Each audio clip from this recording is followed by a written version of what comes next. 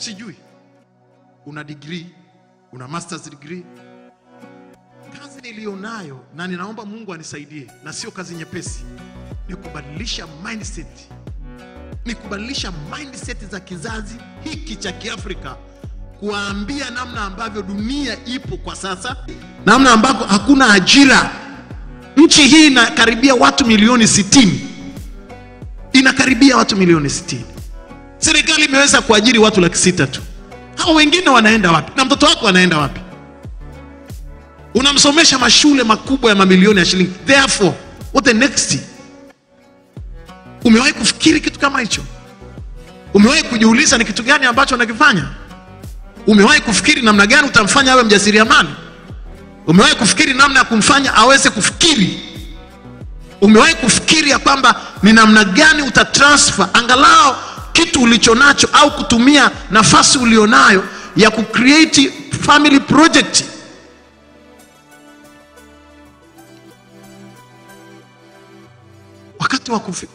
Ukiwa kazini unaweza usielewe haya, lakini saa utakapostaafu utaelewa sana ya kwamba kazini ni mahali ambako unaendaga kushinda mchana, unarudi nyumbani jioni wakati wa usiku, na wakati mwingine unaweza usipaone nyumbani kwako na ukaona ni maisha ya kawaida.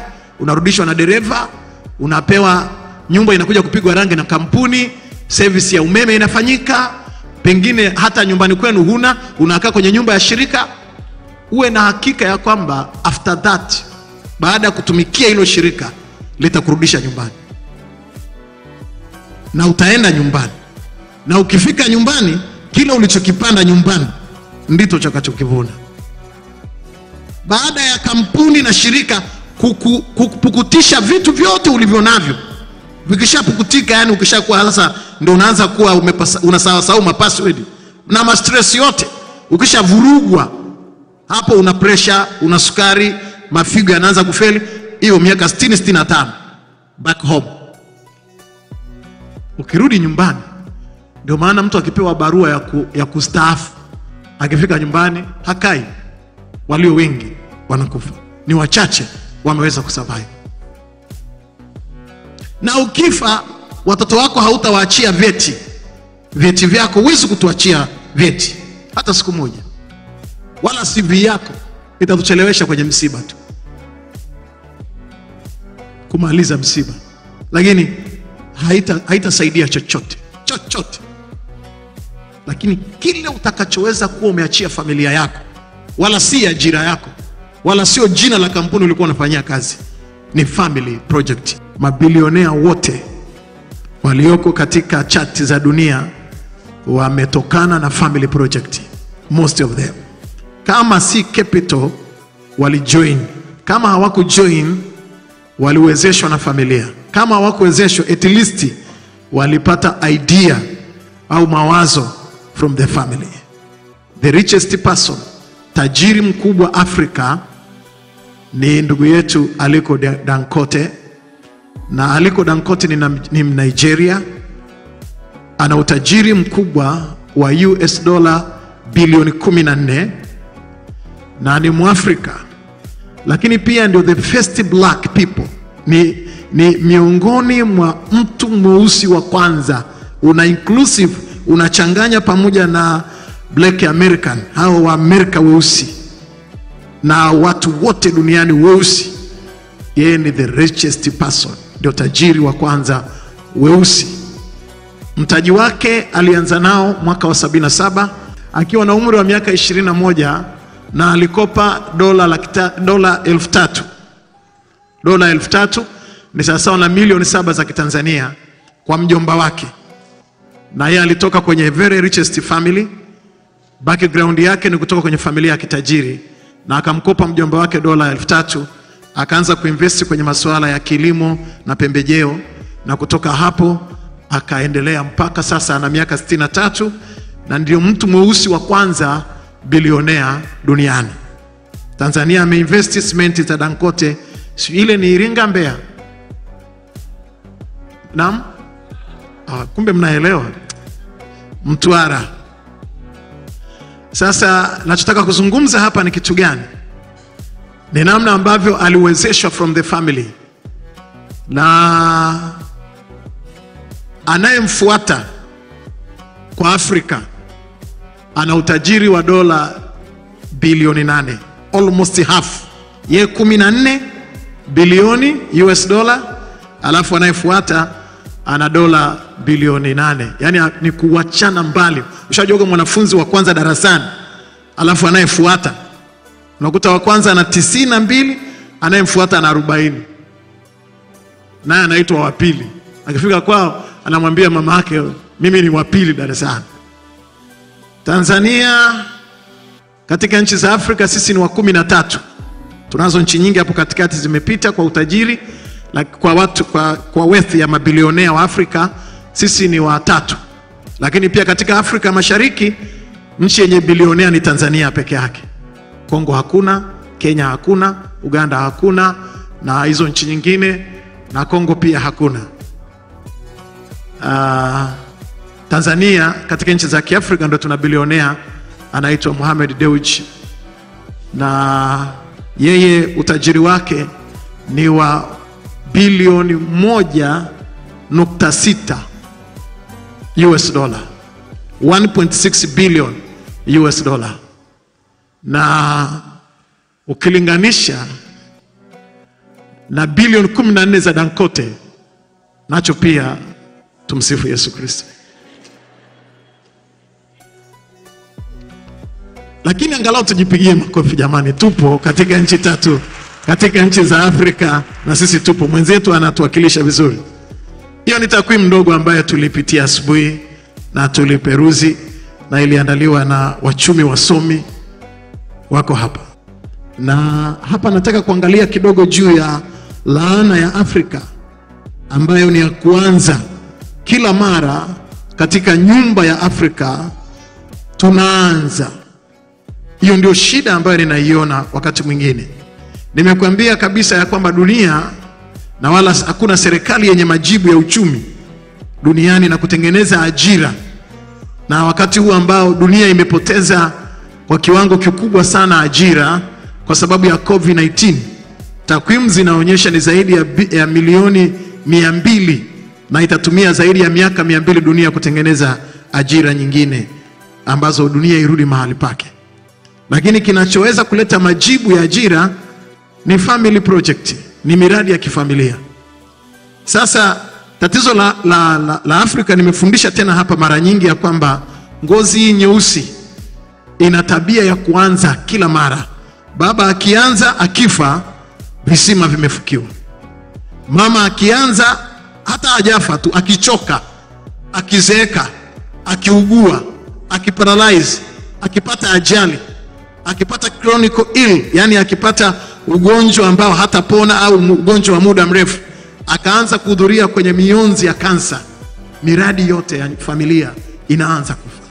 Kitu cha kwanza ambacho ningependa uelewe sawa sawa jioni ya leo, hata kabla sijaanza kufundisha, bila shaka umesikia sentensi watu wakisema baada tu ya kifo kwenye familia fulani au baada ya ugonjwa, lakini sana kifo, unasikia watu wakisema marehemu ameondoka na vitu vyake. Yani marehemu ameondoka na vitu vyake, ameondoka na biashara, walikuwa na project ya magari, marehemu alipokufa ameondoka na vitu vyake, alikuwa anafanya sijui construction, makampuni makubwa ya ujenzi, marehemu amekufa na vitu vyake. Watu wengi wanaweza wakaelewa kile ambacho ninazungumza. Sasa the question is, mtoto wako wa kike au wa kiume anajua chochote cha kwako? Anajua chochote cha kwako? Sasa hapa tuna makundi mawili. Kwanza tuna kundi la wazazi, wanaume kwa wanawake, ambao ni wachungu, ni wachoyo. Na wanaume wengine wana roho ya paka. Ngoja nisogee zaidi. Wana roho ya paka. Roho ya paka unajua ikoje? Jamii yote ya paka, kuanzia simba, chui, chita mpaka pusi, nyau nyumbani kwenu. Hayo madume yanapenda wake zao na watakuwa na muda wa kuspendi na mahaba. Lakini mama akizaa watoto, roho ya paka anatafutaga watoto waue. Na hekima ya mama paka, ni kuficha watoto. Jamii yote ya paka, mama ataficha watoto mpaka wawe wakubwa. Lakini pia kukiwa kuna dume humo ndani, ni vita kati ya hilo dume la paka na baba wa paka humo ndani. Kwa hiyo kuna baadhi ya wanaume ambao wana roho ya paka, wamezaa lakini hawataki watoto. Hawataki watoto. Akiingia ndani anapambana na mtoto na kulaani. Wengine wanalaani, wengine wana mapambano, wengine ndio kama hivyo. Hivyo vitu ni vya kwangu, hayo mashamba ni ya kwangu, hayo magari usio kaangalia, mimi nakupeleka shule bwana. Ukimaliza utajua, ukasome vibao huko mjini, ukatafute vya kwako. Hivyo vitu ni vya kwangu. Roho ya paka ikutoke kwa jina la Yesu Kristo wa Nazareti aliye hai. Kwa tuna watu wa namna hiyo. Kundi la kwanza ni wazazi wachoyo, wasiotaka hata siku moja watoto wao waelewe kitu. Una akaunti nyingi, nobody knows. Una mashamba, nobody knows. Una nyumba, kuna wengine mpaka wana nyumba wamepanga mpaka kuna wapangaji, nobody knows. Ngoja itokee shida, uangukiwe au upigwe na kitu kizito kichwani, ufute kumbukumbu. Kufa mbali, kufa mpaka ufe, si mpaka ufe. Upite tu karibu na constructions hizo, alafu upigwe na kitu kizito kichwani, pa! Alafu kumbukumbu zote zipotee. Unapoteza nyumba, unapoteza akaunti zote, uelewi chochote. Unajua kuna hata watu wengine ambao yani hata mengine tuachane naye tu, password yako tu ya M-Pesa asubutu.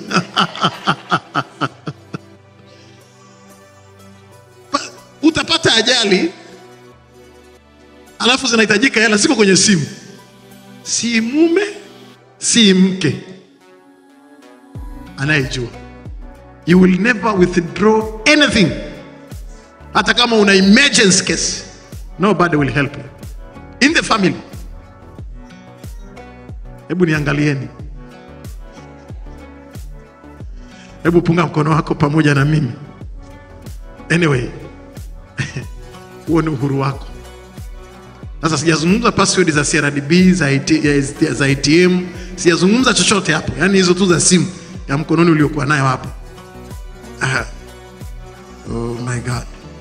Case study ya family project nzuri ni Wahindi. Tunasoma nao darasani, darasa la kwanza, chekechea mpaka chuo kikuu. Baada ya hapo wanaenda kwenye family project wao. Hiyo imefaulu kwao kwa kiwango cha hali ya juu. Alafu wewe ukiondoka, mara nyingine uende ukaapply jeshi, uende polisi, ndiko nakukimbilia. Kwani wewe tangu umezaliwa hapa Tanzania umeshaona Muhindi polisi mahali popote? Umeshakutana na Muhindi polisi afande? Hebu punga mkono wako pamoja na mimi. Ulishaenda TRA ukakuta kuna ofisa wa TRA Muhindi? Wao wanafanya biashara sana, lakini huwezi kukuta Wahindi eti ni wa Tanzania. Lakini huwezi kukuta huko TRA wanafanya huko, wanaokota kodi, wao wanalipa kodi. Alafu wanakuajiria mtoto wako wa madigrii yote. Ukumuita tu, wewe Juma.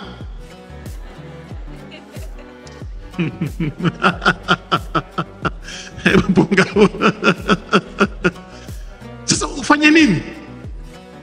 Lakini they know about the family project. Hata huyu ndio ulizungumza kwamba huyu ndugu yetu Mo amejoin kwenye family project. Ameingia kwenye miradi ya familia. Ndio akawa a very youngest person au kijana wa kwanza bilionea Afrika. Lakini amejoin kwenye family project. Na family project zao zipo ni za wazi, mnaziona mpaka za ukwaju. Wewe unatafuta kubwa. Wao wanapaki ukwaju. Wewe tafuta za kwako unazotaka sasa kuuza dhahabu. Nenda Kongo.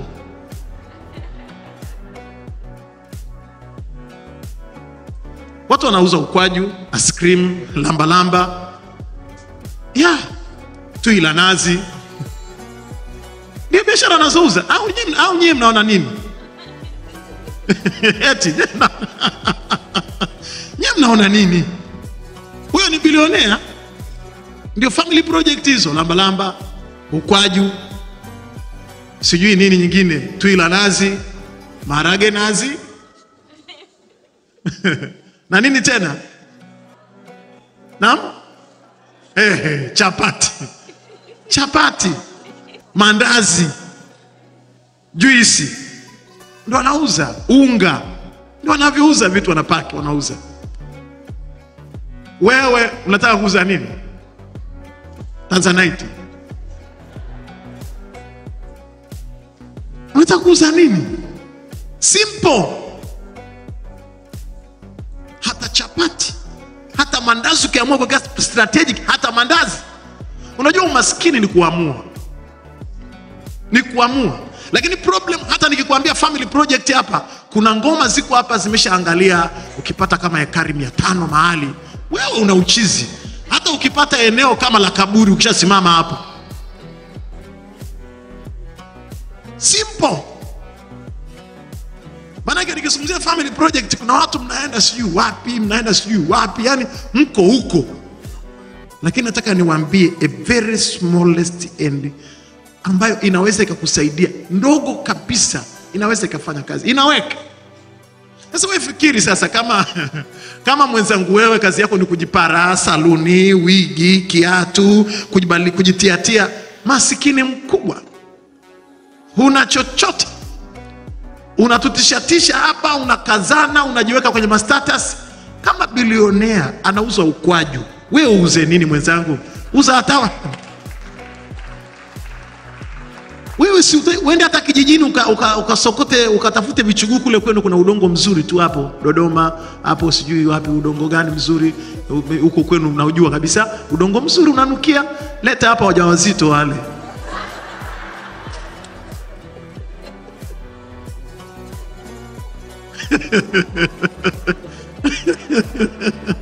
Wateja wako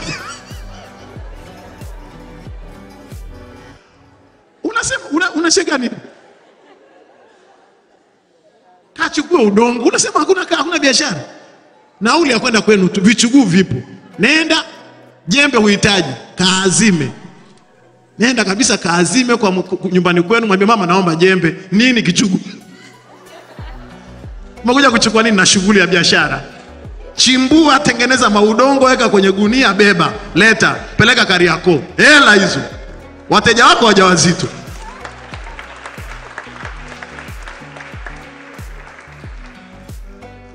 Maana nikiwagizia ukwaju na unasema nani atakwenda kutafutia ukwaju? Nenda kachukua udongo wa kichuguu, uza. Family project. Hebu punga mkono wako kama unanielewa sawa sawa.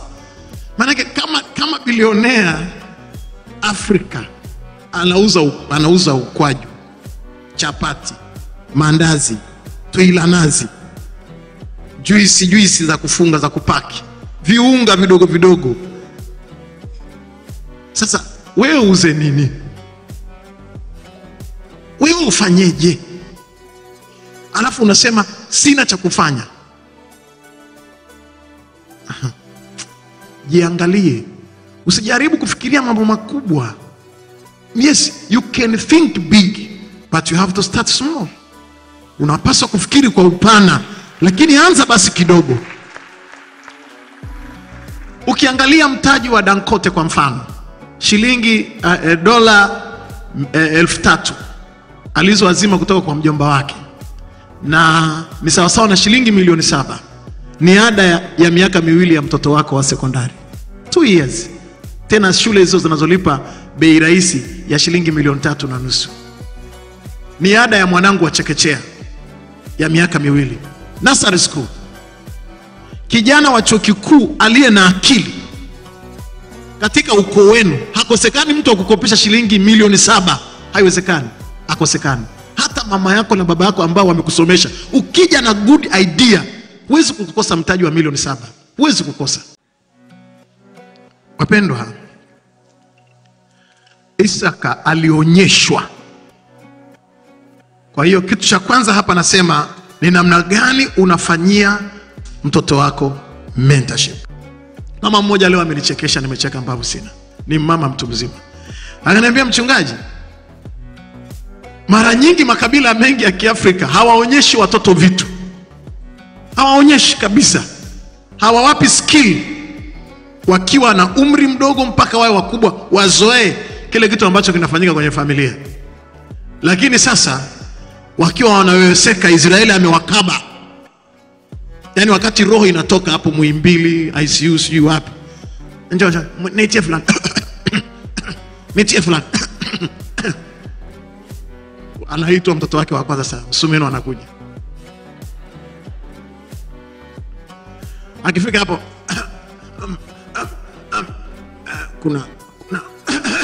kuna kiwanja kiko hapo Masaki, mwende mkakiangalie, kuna ng'ombe nimempa fulani hebu nipeni maji ya kunywa. Sasa wewe unapokabidhi watoto wakati unaweweseka, unawaagizia wakafanye nini? Si wakauze?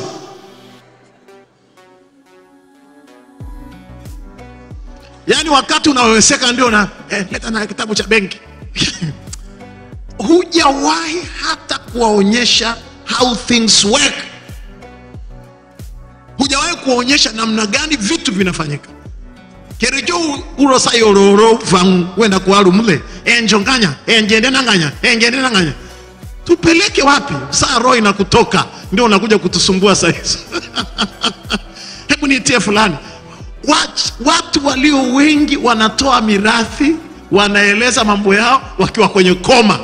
Ameshaangalia, anaona hii ngoma tena hapa iende, anasikia roho imetoka inadundia hapa, mara anasikia inadundia kwenye mguu, akikaa anasikia inapigia kwenye nywele, roho inahama hivyo ndio inaondoka akishafikia hapo ndio Mwafrika anaanza kutoa urithi, na ndio anaanza kuzungumza. Sasa njoo nitie na fulani nikueleze nilifikiri nitakaa kidogo naondoka kwa hali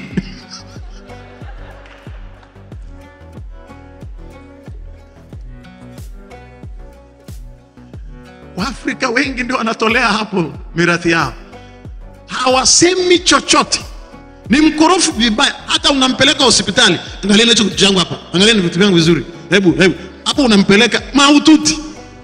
Lakini akifika pale kwenye kona, sasa njia panda ya kuondoka, ndio utasikia sasa anakohoa, maneno hayasikiki, ndio anaanza kuelezea na hiki hapa na hiki hapa na hiki hapa.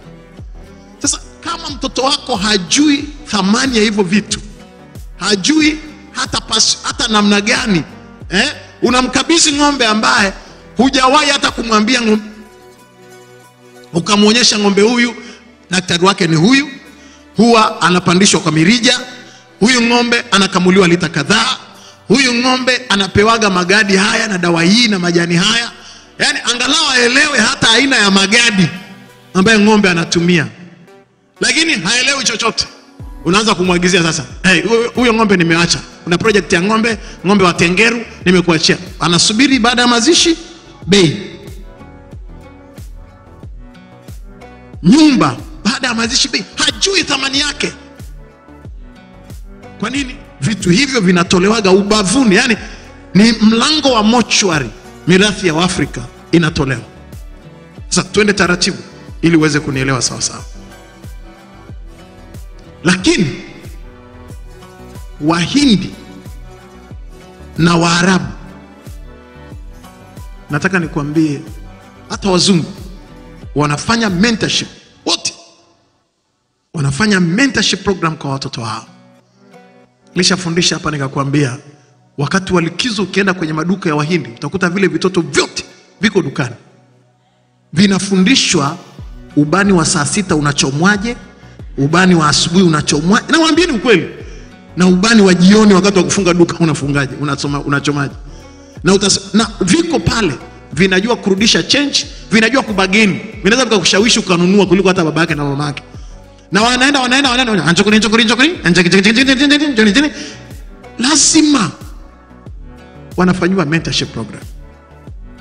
Lakini pia wale wazee wakizeeka wanakuwa maobserver wa business.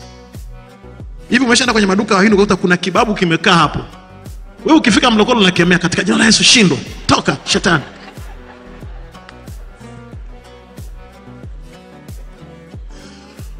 Utakuta kibibi kibabu kinakula kubeli, kimekaa pale tu, kimetulia, kinasinzia tu hivi, kinaangalia kisa. Na kwa kweli ukifika namna vile walivyokauka ukiwa na imani ndogo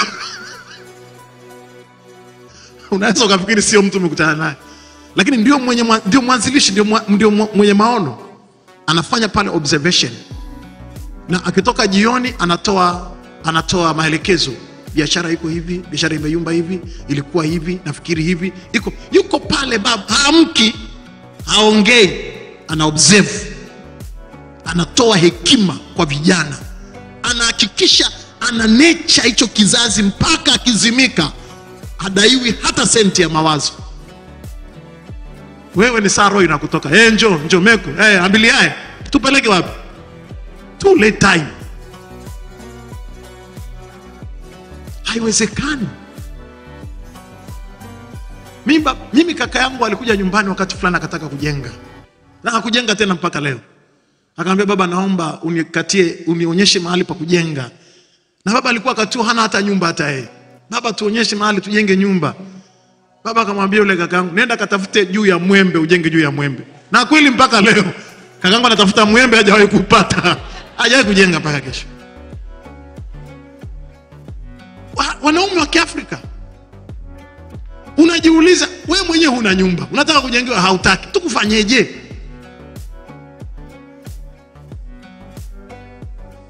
Unajua wakati nilipokuja kubadilisha hapa kujenga, ilikuwa ni kupambana na mizimu na kutumia hila.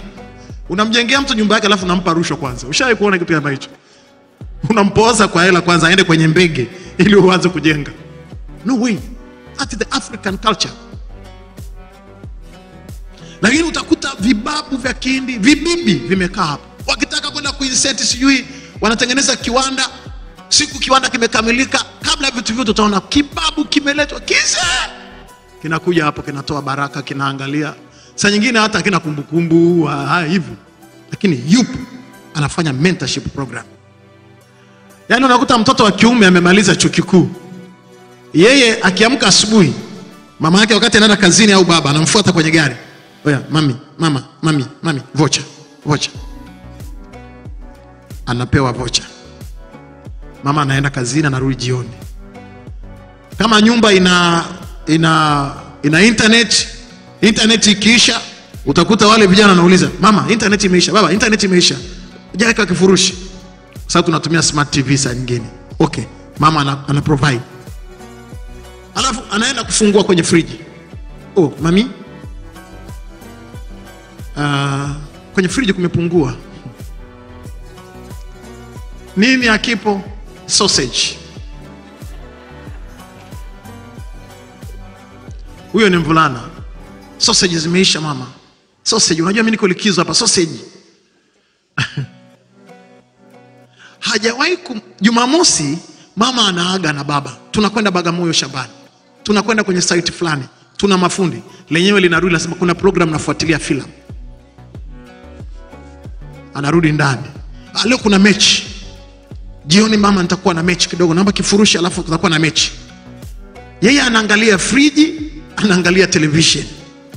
Anauliza sausage zimeisha kwenye friji. Lakini hajawahi kuuliza swali, mama, naomba leo nipeleke kwenye kiwanja fulani nikajue mipaka yake. Hawezi. Huyo naye mtoto mdoli. Si mwana sesere huyo. Si Cinderella huyo.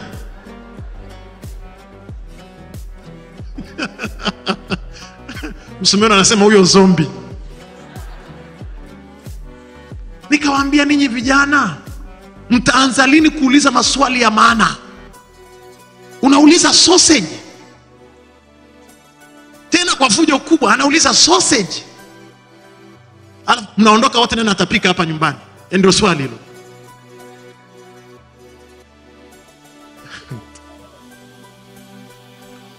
Isaka alijua visima vya baba yake viko wapi hata baada ya kwamba vimefukiwa. Kama kuna kijana aliyeko hapa na nisikia, this weekend anza kuuliza Mama, unaenda kwenye site. Baba, unaenda kwenye site leo? Hapana, siendi. Mimi nitakwenda hata kwa bodaboda. Nikifika kwa jirani nitaulizia ile site yetu. Nataka kwenda kuiona. Nataka kwenda kuona. Angalau na hiyo akili ya kuelewa. Lakini most of them, they don't ask anything. Wamerelax. Hawana huo mpango. Yani hawana huo mpango. Kwenye banda la kuku ni kijana wa Morogoro, ni kijana wa kazi sio aliyotokea mkoa gani, ndiye anaingia kwenye banda la kuku, anatoka. Ana knowledge ya dawa, anajua namna kuweka maji kwenye banda la kuku, anajua kutoa, anajua nini. Wewe na wale kuku mko pamoja tu. Mnakohoa saa zote na kupiga chafya.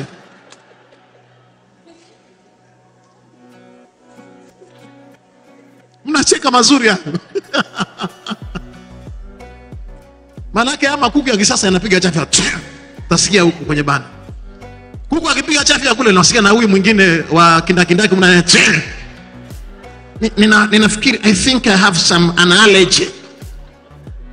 Hiyo allergy inayopata watoto wa siku hizi. Mbona sisi tulikulia kwenye nyumba ambayo ina viroboto, ina kunguni, ina jivu, ina moshi, ina kila kitu, hakuna dirisha, na baba na mama wako huko ndani, wadogo zetu wanazaliwa na tunaishi. How?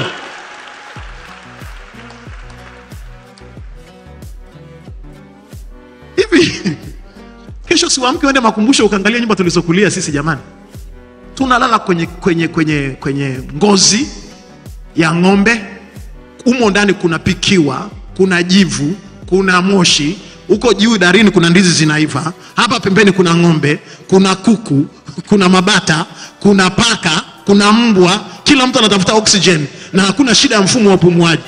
Nawaambia.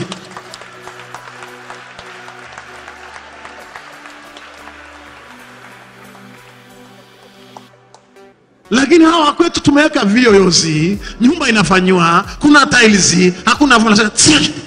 I think I have some allergy. Moiru wako mdumi, wewe anawosia. Dunia imeisha. Yesu urudi mapema. Oi. Kwa hiyo wapendwa, miradi yote iko pale nyumbani. Na this likizo naongea na ninyi. Excuse me. Naongea na ninyi kwa sababu kesho kutwa wanakuja wana likizo ndefu ya sensa, kwa taarifa yako.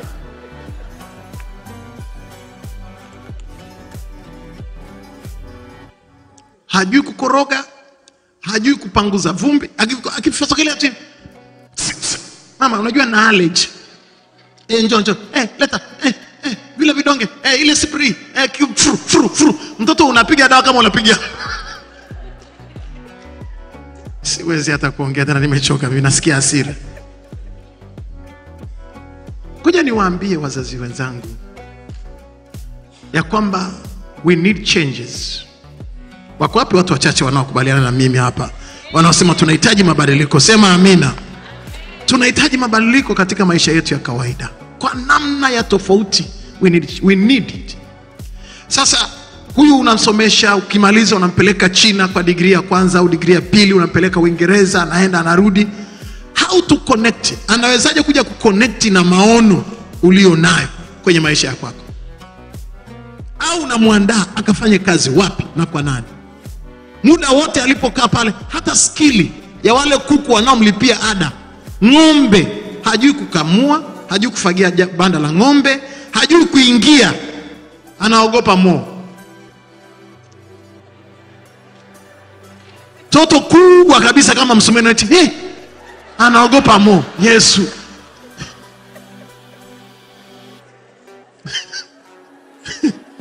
Mitoto ya kiume na ya kike wanaogopa ng'ombe. Hoiru wako mtonga. Jamani. Sisubutu. Naogopa mo, nikimuona naogopa mo. Tena hata hajui kusema ng'ombe, naye anaita mo. Unatoka chuo kikuu eti namuogopa ng'ombe. Kuna cha kwangu kilikuwa kinaogopa ng'ombe, nikanacho shambani kwa Bagamoyo, nikakifungia kule kwenye manda, kilijikojolea, kikaamka, kikaelewa. Kaambia utaelewa tu. Maziwa nyumbani unakunywa, hapa unaogopa mo.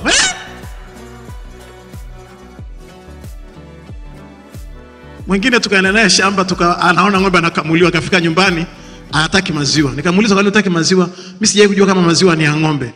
"Ulifikiria ni ya nani?" "Mimi nakunywaga maziwa ya mtu."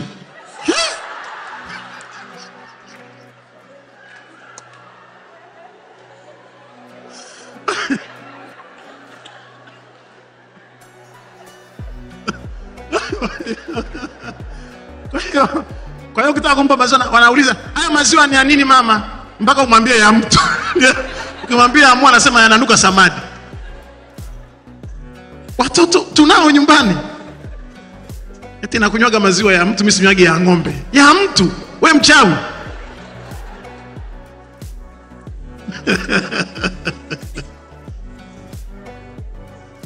Life skill.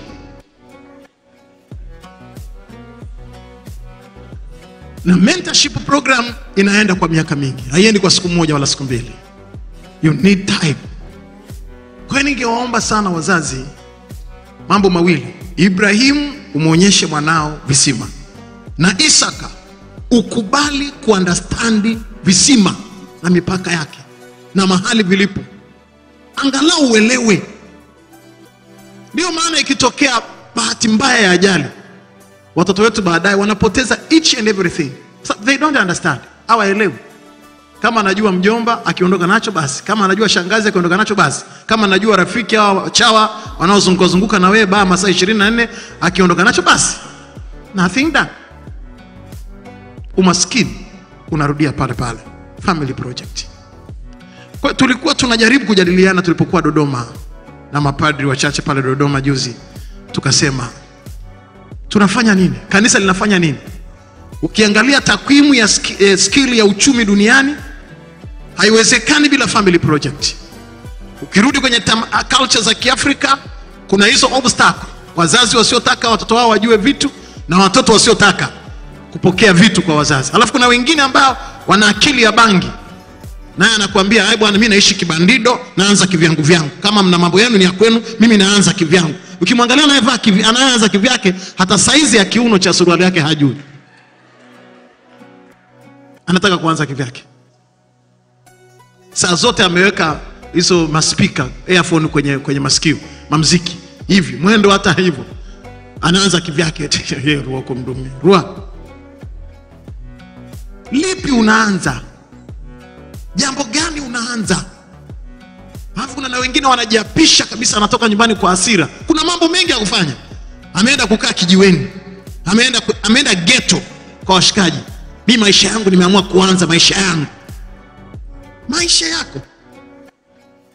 Generation after generation. Ibrahimu akamwachia Isaka. Isaka akamwachia Yakobo. Yakobo akamwachia Yusufu. Wewe unaenda kuanza kivyako. How? Unaanzaje kwa mfano? Unaanza maisha yapi? Kama vitoto vya kike navyo nasema, naenda kuanza maisha yangu.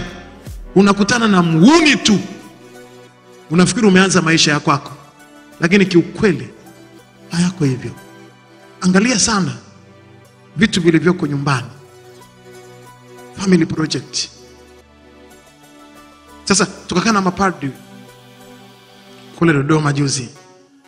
Tukaangalia, tukafanya tathmini ya uchumi wa dunia, na baada ya COVID-19 wale mapadri tukakubaliana kwa kweli kuna haja ya kuwa na some dream centers, vituo vya malezi ambavyo vitaconnect wale wazazi ambao wameshaanza project, watoto wanapomaliza university wapate nafasi ya kwenda at least training kuhusu dream ya familia kwa yule ambaye anaonekana ana mwelekeo. Na labda kesho asubuhi nitafundisha vizuri. Isipokuwa usifikiri ya kwamba lazima kila mtoto awe na mwelekeo. Wengine ni wakulazimisha. Sio kila mtoto anaweza kuwa na mwelekeo hata kidogo. Wengine ni wakulazimisha kwa bakora, kwa lazima, kwamba lazima uelewe hili jambo. Kwa hiyo tukafikiri wale tunaweza tukawa na muda wa malezi wa kuconnect dream ya familia, family project iweze kuconnect na moyo wa huyu mtoto, ili aelewe ya kwamba hapa ni maisha yangu na afahamu. Mzazi awe willing, na mwalimu kwenye hiyo mentorship program ni mzazi pamoja na padri au mchungaji ambao wanaweza kusimama kwenye hiyo program kumsaidia ili aelewe, na kusaidia wazazi wajue kwamba wanahitaji muda mrefu wa kufanya mentorship program kwa watoto. Musa alimuandaa Yoshua miaka 40. 40 years anaandaliwa mtu mmoja. Kumuandaa mtu. People they are not born. Yani watu hawazaliwi, watu wanatengenezwa. People, they are made. Ni muda wa kuchukua nafasi yako katika meza ya HW. Tuwasilishe kwako mawazo yenye tija kwa maneno ya dhahabu, kukupa hamasa na kukujengea uwezo wa kufanya zaidi na kuwa zaidi. Welcome to the home of positive vibes.